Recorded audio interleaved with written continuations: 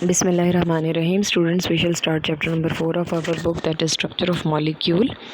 As we have already discussed about atom and element, when atom combine with each other, they form molecules. In this chapter, we will discuss that how atoms combine with each other, what are the sources of attraction which bound the atoms together, and what type of structure they get after this combination. So, first topic of this chapter is how do atom react.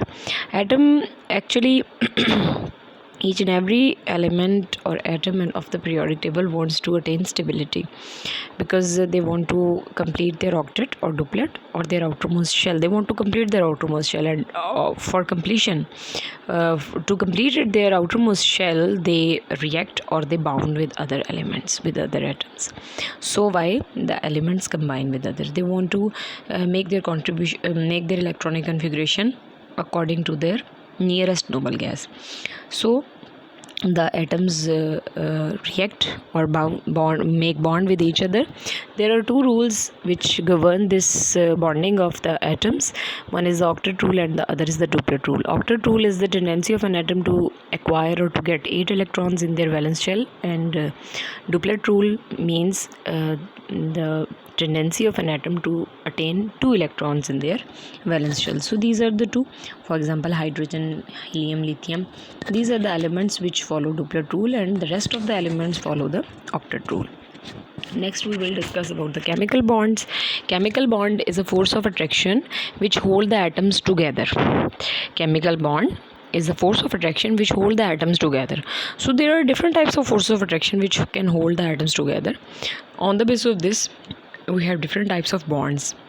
There are two main categories, two types of bonds: ionic bond and covalent bond. Ionic bond is the bond which is formed between the atoms by the complete transfer of electron.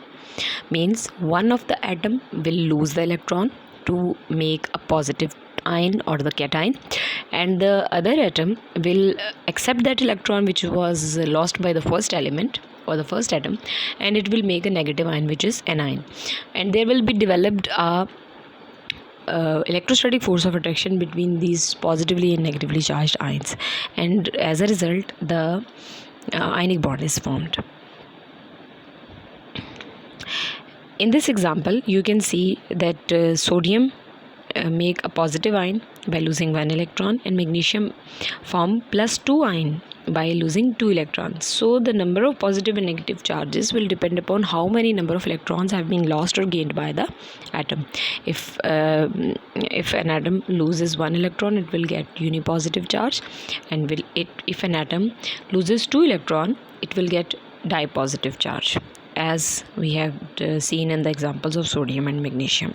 Similarly, if an atom gets 1 electron, it will get uninegative charge, and if an atom gets 2 electrons, it will get 2 negative ion.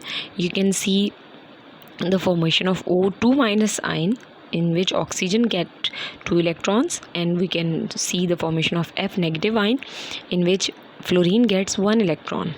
We can zoom this reaction. In this reaction, you see that there are 2 electrons which are being added up to the oxygen atom, and there is 1 electron which is being added up to the fluorine atom.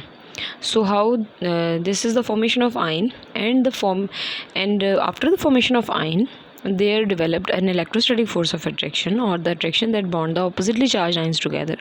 This force of attraction is called ionic bond. You can justify or you can explain your answer by the formation of sodium and chlorine. Sodium chloride is a formula of table salt, common salt. It is formed by the electrostatic force of attraction between sodium ion and chlorine ion.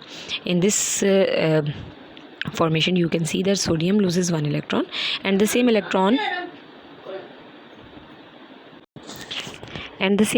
is gained by the chlorine atom, and as a result positive and negative ions are formed, and these ions will be bound together by electrostatic force of attraction. Next is the formation of magnesium and magnesium fluoride, in which magnesium loses 2 electrons, and 2 fluorine atoms are there to capture these 2 electrons which have been lost by the magnesium atom, and as a result there is 1 magnesium ion which contains 2 positive ions. And to nullify or to neutralize these 2 positive ions, there are 2 fluorine atoms containing 1 negative ion. and as a result magnesium fluoride MgF2 is formed. So this is the formation of magnesium fluoride as a result of their ionic bonding present in them. We can also solve this example, magnesium oxide. In this compound there is one magnesium atom and one oxygen atom, because magnesium loses 2 electrons and one oxygen atom can get 2 electrons at a time. So there is a bond between one magnesium atom and one oxygen atom. Similarly, the formation of sodium fluoride, sodium will loses 1 electron and fluorine will get 1 electron. So there will be a bond between one of sodium ion and one fluoride ion, and as a result sodium fluoride will be formed. So by this today's topic has come to an end. We will discuss the next topic, that is covalent bond, in the next lecture. Till then, Allah Hafiz, take care.